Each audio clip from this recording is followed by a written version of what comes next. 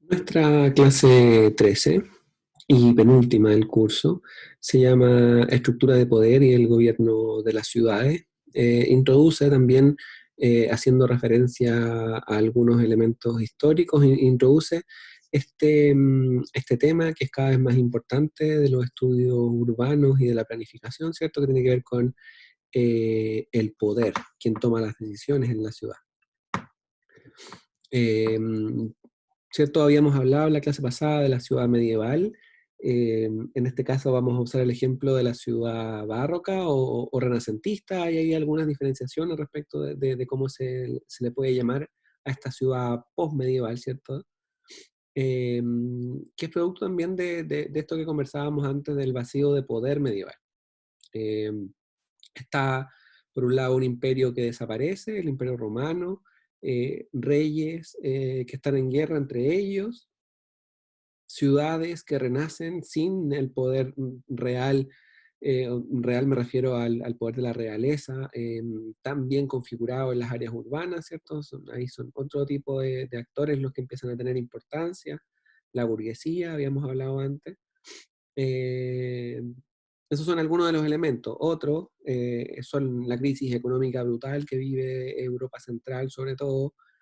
Eh, Otros elementos sanitarios, muy relacionados, muy similar a lo que estamos viendo ahora, ¿cierto? La peste negra azota a Europa, mucho, mucho más grave. De hecho, la cantidad de muertos es brutal, diezmó la población de forma bastante importante.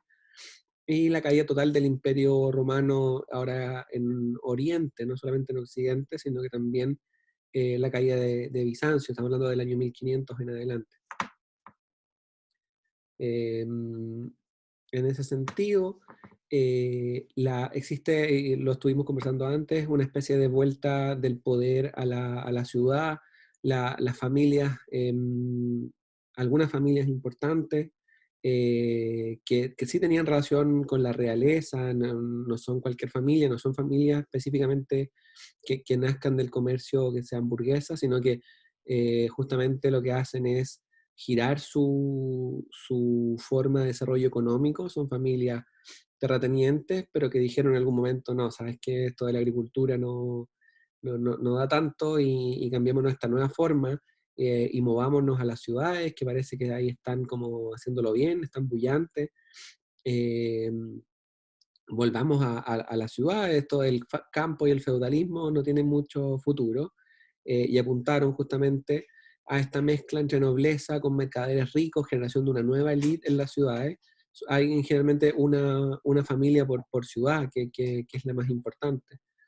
Y al mismo tiempo eso empezó a generar una red de ciudades pequeñas que son cercanas entre sí, sobre todo de las ciudades que fueron semi-abandonadas por la realeza, atacadas por estas invasiones germánicas también, eh, y que nacen justamente en países como Italia, Francia, Alemania, en menor medida España y Portugal, principalmente en Europa Central. Y uno de estos ejemplos es la familia Sforza, que es una familia de Milán, eh, que justamente vuelve a la ciudad y empieza a apoderarse de ella. Es una especie de vuelta del poder.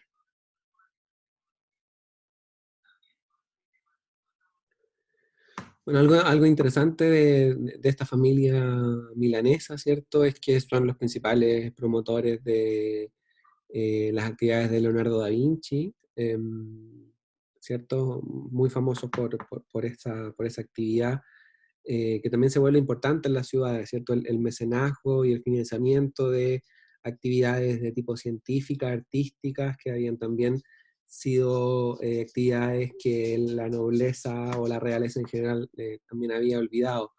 En este caso, esta es la ciudad de Florencia. Eh, También, bueno, la Catedral de Florencia es una de las más grandes del mundo, con un duomo, con una cúpula gigantesca. Esto lo van a estudiar en historia, eh, pero son elementos importantes de la cultura arquitectónica, que también, de nuevo, son financiados principalmente por las familias estas que se empiezan a dedicar a las actividades de mercader y de artesano, o a promover estas actividades como principal fuente de financiamiento y de desarrollo económico para la ciudad.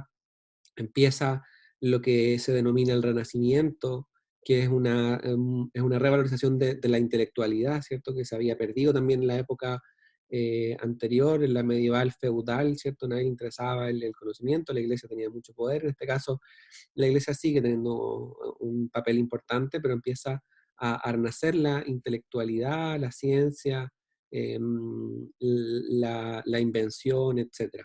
Se vuelve a reflexionar el tema de la organización social, ¿cierto? También este crecimiento de una clase media empieza a poner en cuestión los privilegios de las clases altas nobles, y también empiezan a hacer una especie de antropocentrismo o humanismo, ¿cierto? El hombre se vuelve una cuestión cada vez más importante en la medida de las cosas, un montón de cuestiones, ¿cierto? Distinto del teocentrismo, que era la principal característica de la sociedad eh, medieval, lo comentábamos antes, la importancia de la iglesia, la imposibilidad de creer que hay otra cosa que no sea un Dios que nos rige, ¿cierto? Con este poder increíble de las iglesias. En esta época el Renacimiento intelectual también permite otra mirada, el Renacimiento permite el antropocentrismo, ¿cierto? Volver a colocar al hombre, el típico dibujo de Da Vinci de el hombre como la medida de las cosas. Eh, el hombre de Vitruvio, que le va a colocar el nombre de Leonardo, ¿cierto? Y al mismo tiempo la iglesia también empieza a dejar de tener tanto poder, se produce un cisma, gracias a la reforma protestante, gran parte de Europa, eh, sobre todo Europa central, no tanto, pero sí, de Europa del Norte, Europa del Este, empieza a ser dominada por el protestantismo. También Inglaterra, ¿cierto? Deja de ser católica, pero bueno, no por la reforma protestante, tiene su propio movimiento antipapa. Eh, Me imagino que esos temas también lo manejan, pero finalmente lo importante era que la Iglesia Católica deja de tener tanta importancia. Muchos países se pasan al protestantismo con una crítica brutal a la Iglesia y a los abusos eclesiásticos en general, al excesivo amor por el dinero de la Iglesia. Entonces, como que cambia completamente la sociedad y ese cambio está radicado en algunas ciudades, si no todas, en las ciudades donde se empiezan a desarrollar movimientos intelectuales, económicos, diferenciados de la realeza católica clásica de esta parte del mundo, ¿cierto? Entonces aquí empieza a haber una recuperación y cese de los conflictos bélicos también, los reyes empiezan a tener menos importancia, eh, y también menos ganas de pelear entre ellos porque básicamente se están empobreciendo. Y nace un concepto súper importante que nosotros lo tenemos súper asimilado y que parece que es una cuestión como histórica, pero que en verdad no es histórica, que es el concepto de Estado. O sea, no es histórica, me refiero a que no es tan antiguo en el tiempo, no hace tanto tiempo, estamos hablando de apenas 400, 500 años, es que vivimos en Estados-nación, ¿cierto? Esta idea de un país con su límite.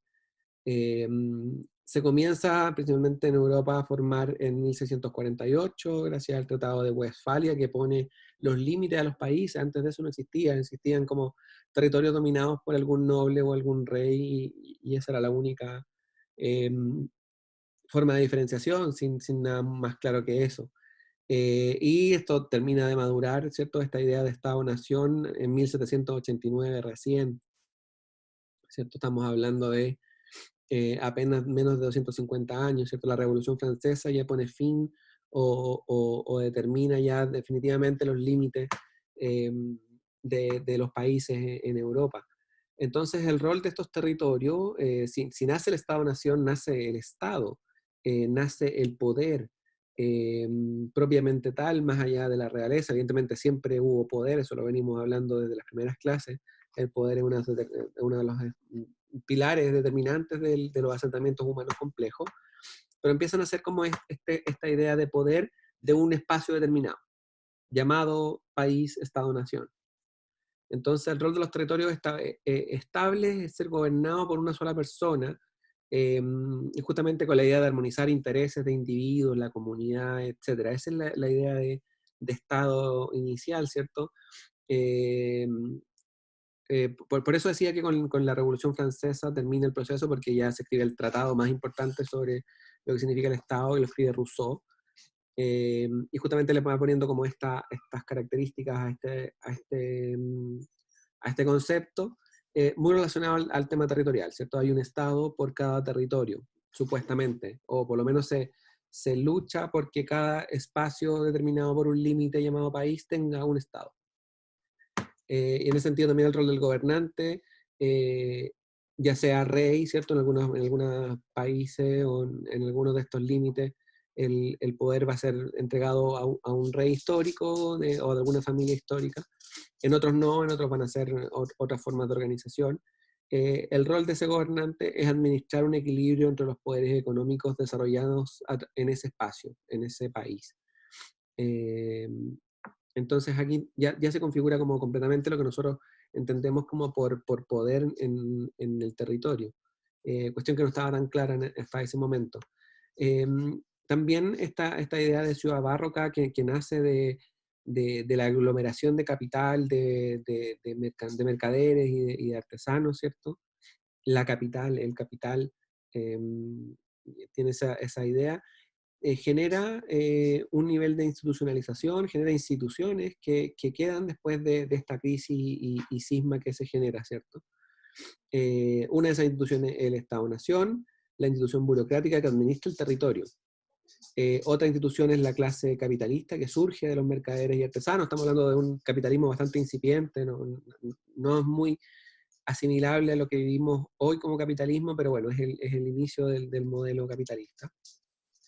Las ciudades capitales de cada estado, ¿cierto? Se transforman en espacios de acumulación. Nace el concepto de ciudad capital, ¿cierto? Los países, un territorio determinado por un límite, tiene que decidir cuál es la ciudad más importante. Eso no pasaba hasta este momento. Había muchas ciudades y podían competir entre ellas. Había como un nivel de descentralización mayor cuando se implanta la idea de Estado-Nación. eh, Resulta que los países se ven obligados a elegir cuál es la ciudad más importante, ¿cierto? París en Francia, Berlín en Alemania, y en alguna medida eso permite que esas ciudades crezcan y acumulen bastante más que otras. Eh, la iglesia también se vuelve una institución de la ciudad, ¿cierto? A pesar de que se diversifica, hay distintas iglesias, distintas formas de iglesia, sigue fuerte, no decae, a pesar de lo que pudiésemos pensar respecto de justamente el cisma protestante y la diversificación de los tipos de iglesia. Sigue siendo una institución importante de la ciudad, no se difumina hasta el día de hoy, diría yo. Y todas estas instituciones están en una especie de equilibrio precario. A veces hay una que se vuelve más importante que otra, que subyuga en términos de toma de decisiones a otra. En una ciudad la iglesia es muy importante, en otras ciudades o en otros países la iglesia no es tan importante, hay una familia que es más importante. Entonces hay diferenciaciones, pero siempre estas instituciones van a entrar en competencia por quién toma las decisiones, y eso se vuelve cada vez más importante en la ciudad. Y ahí está también una cuestión que tiene una repercusión en la ciudad, que es justamente esta competencia por cuál es la institución más importante. Y empiezan a nacer, por ejemplo, los espacios públicos de gran magnitud relacionados con la iglesia. La plaza de la iglesia es siempre va a ser uno de los elementos estructurantes de la ciudad, de los más característicos. Esta imagen que ustedes ven ahí es la plaza de San Marcos en Venecia, ¿cierto? Que está justamente, es un espacio que es una galería que se recorre, ¿cierto? El espacio abierto, y justamente remata en la Catedral de Venecia. Eh, y por otro lado, en contraposición, en equilibrio, en competencia, en todo eso que venimos hablando antes, está la Plaza del Mercado. Si ustedes ven también una diferenciación importante en la ciudad barroca o la ciudad renacentista, es justamente esta idea de científica, renacentista, de la geometría, de la perspectiva, de un montón de cosas, que no es distinto en el caso de la Plaza de Venecia. Si ustedes ven, a pesar de no ser cuadrada, es una geometría muy clara, no es la cuestión intrincada de la época medieval, es una geometría bastante clara, y en este caso ya es un cuadrado perfecto. Esto es la Plaza Mayor de Madrid, que es el espacio del mercado. En este caso no está la iglesia, no es lo más importante. Aquí lo importante es justamente el intercambio de productos en la ciudad. Y estos espacios empiezan a competir, eh, por cuál se vuelve más importante, más significativo, más trascendente para para la vida urbana. Y eso empieza a pasar en todas las ciudades, o en las ciudades capitales, en las ciudades más grandes. Empiezan esta competencia entre instituciones empieza a traspasarse y a plasmarse en la ciudad. Ustedes ven como esta plaza perfectamente cuadrada llega a intervenir los barrios históricos y orgánicos, ¿cierto? No rectangulares, del centro histórico de Madrid. Entonces, todas estas cuestiones que nacen en esta época barroca, ¿cierto? Post medieval, nos empieza a hablar de un concepto contemporáneo súper importante para los estudios urbanos, que es el concepto de gobernanza, ¿cierto? Que tiene que ver con el equilibrio justamente de todas estas instituciones que administran la ciudad o que toman decisiones sobre la ciudad.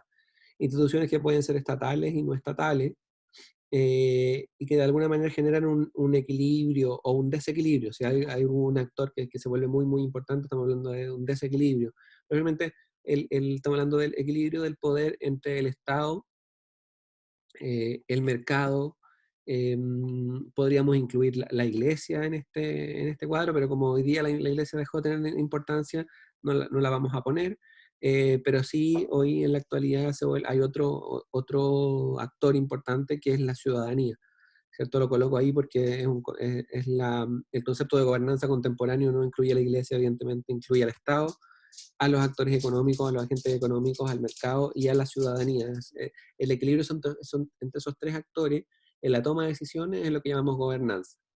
Eh, y es una cuestión interesante, importante de estudiar en la ciudad, justamente cómo es la forma en que se toman decisiones. ¿Por qué? Porque esta forma determina la forma de la ciudad finalmente. ¿Cuáles son los espacios más importantes? Así como lo veíamos entre la competencia entre mercado e iglesia, generó cuestiones importantes en los principales centros históricos de las ciudades medievales. Vemos cómo en la actualidad se sigue repitiendo el patrón de la forma en que se organizan estas instituciones, determina la forma de la ciudad, ¿cierto? Eh, lo vamos a dejar hasta aquí. Esta clase tiene un poquito más de diapos, pero no son tan importantes, y tienen que ver con distintas formas de ciudad que nacen en esta época. Ustedes lo pueden revisar en el material con posterioridad. Esta clase se complementa con este capítulo del libro de La ciudad de la historia de Lewis Mumford, que se llama La estructura del poder barroco, y también un video cortito que explica el nacimiento de los estados modernos, que puede ser de interés, y deja bastante más claro la idea de las instituciones que toman decisiones sobre un espacio determinado.